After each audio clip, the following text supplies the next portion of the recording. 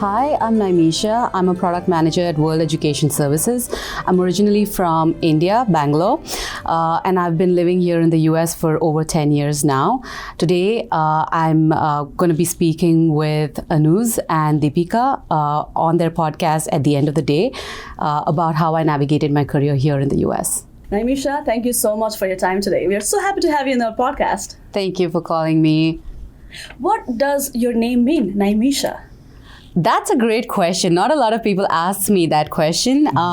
So I'm told by my mother, who named me, Naimeesha actually means a very pious place where the soul reaches the divine. So for instance, there are like rishis who are like pious people, like saints in India. Right. It's only if they go to this forest called Naimeesha Aranyam, which means a forest, will the soul reach the divine after death. Right. Oh, wow. Yeah. Interesting. Yeah. And Naimeesha, what brought you to America in 2010, right? That's right. Yeah.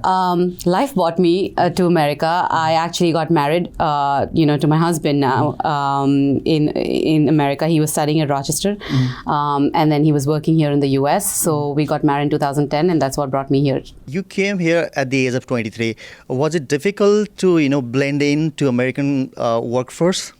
So between me coming here to the US, I did study in UK.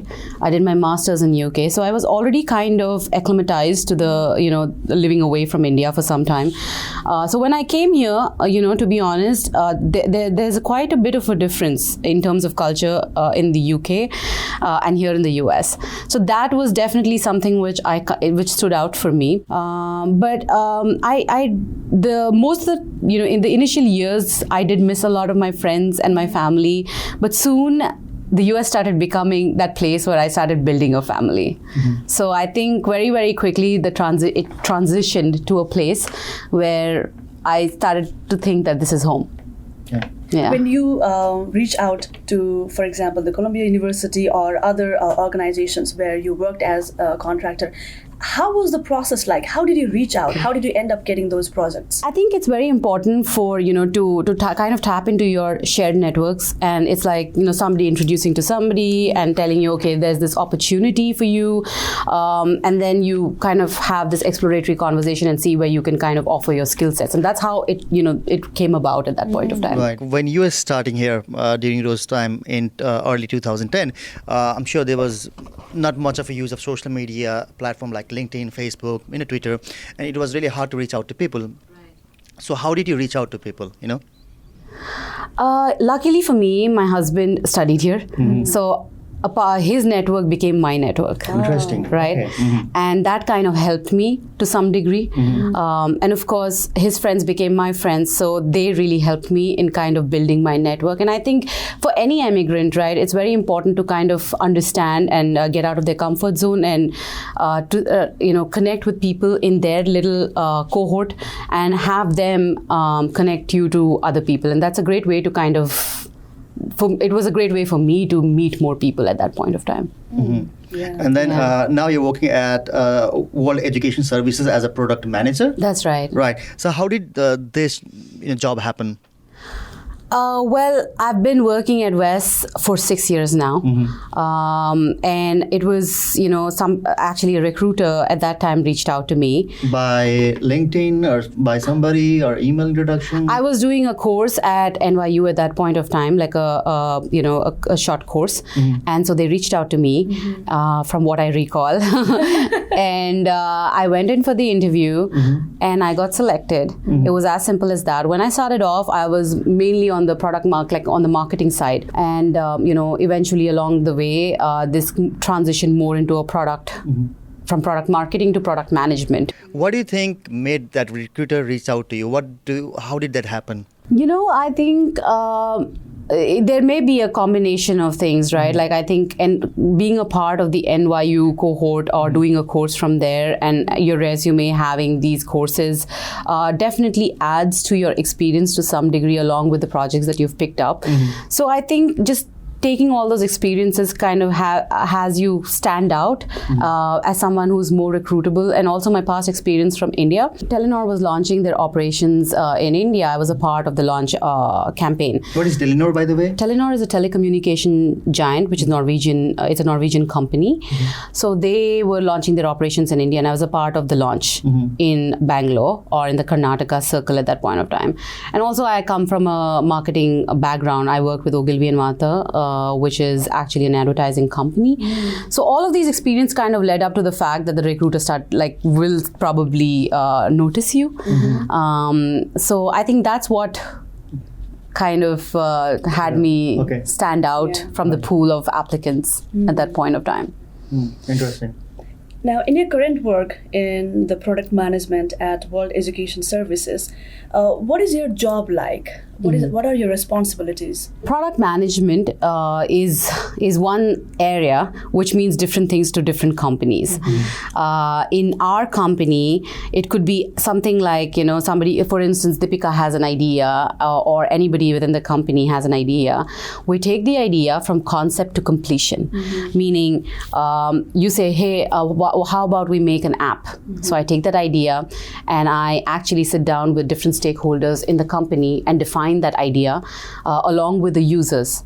And then we flush that out with the development teams to see if this is something which is feasible internally, or can we do it? Can we not do it? Is there a need for us to do this? And once we kind of define that, we start building prototypes and we see if this is something which we can scale, and then we put it out there and we maintain it and things like that. So in terms of roles and responsibilities, it includes everything from kind of idea, getting a concept, building the go-to-market strategy, and then launching it. And then thereafter maintaining it. So we have to wear multiple hats, everything from a strategic hat to a tactical hat, and then managing it along the way. Interesting. Yeah. And you recently founded New York Women in Product Management. Yeah. Okay, what is this? Is this a company? Is this a community organization? What is this? So New York Women in Product Management is an initiative which advocates for women in all disciplines of product, which includes anything from UX to design to engineering and everything else in between. This initiative that you have founded, why is the need for this? So if you look at product management on the whole, women make up 35% of the workforce, and mainly in the entry-level areas. We need more women on the top. Okay. So which means, the pie, when you look at it, there's like close to 68% are men, right? That kind of trickles into the fact that when people are making products, there's no inclusion, there's not enough inclusion. We need to bridge that gap. And that's what the initiative is all about. I feel like inclusive, product building will lead to better products, better design products, which means that it's going to be more impactful. So for those who are interested in future events that you organize, they can just go and search about your events on Eventbrite, right? Well, there are multiple ways to get involved.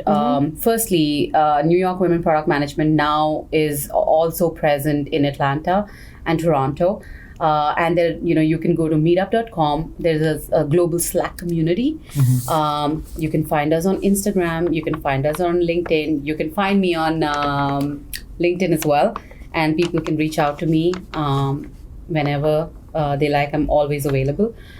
The one thing that I'll also say is about the fact that, me as an immigrant, and I think this kind of resonates with all immigrants who are kind of moving here to the US in general, is that a recent study kind of said that 45% of business owners, immigrant business owners, are women. And this kind of probably is because of the resilience and problem-solving abilities that women have, right?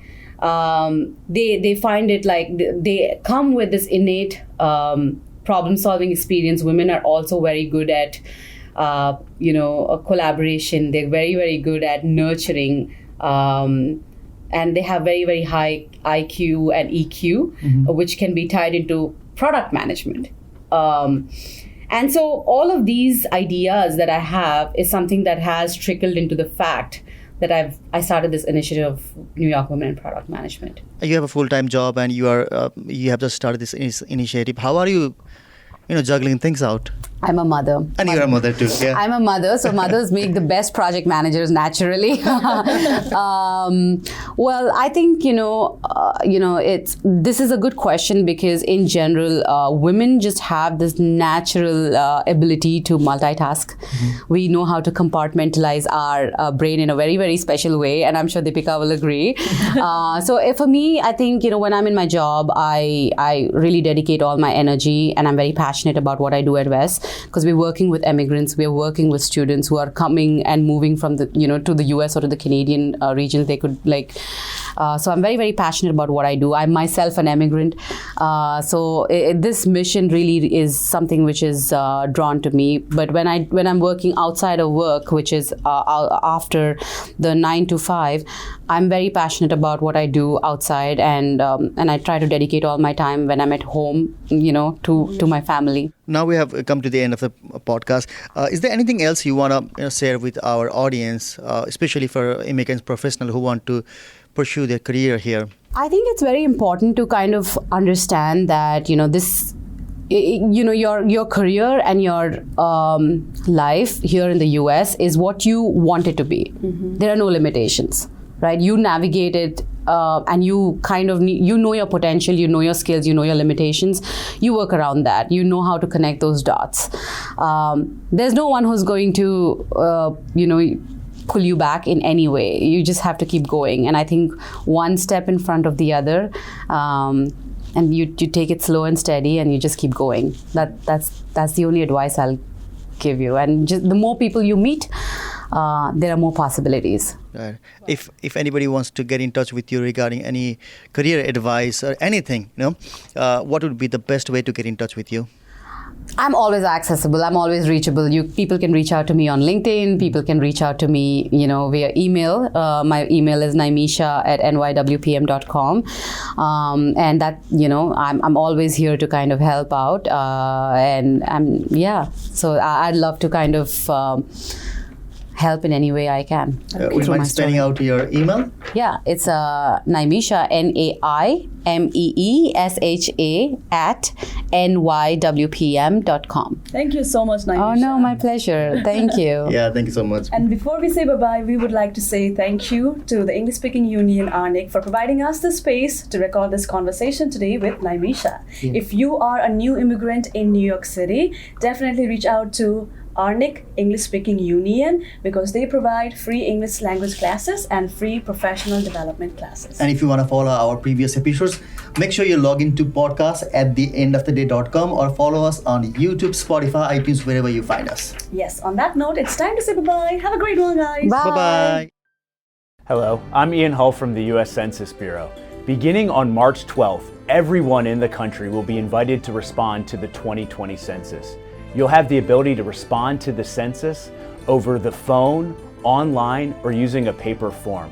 It is incredibly important that everyone is counted. Make sure you, your family members, and your neighbors are counted in this critical census. We only get one chance every 10 years to conduct the census. This is your chance to be counted.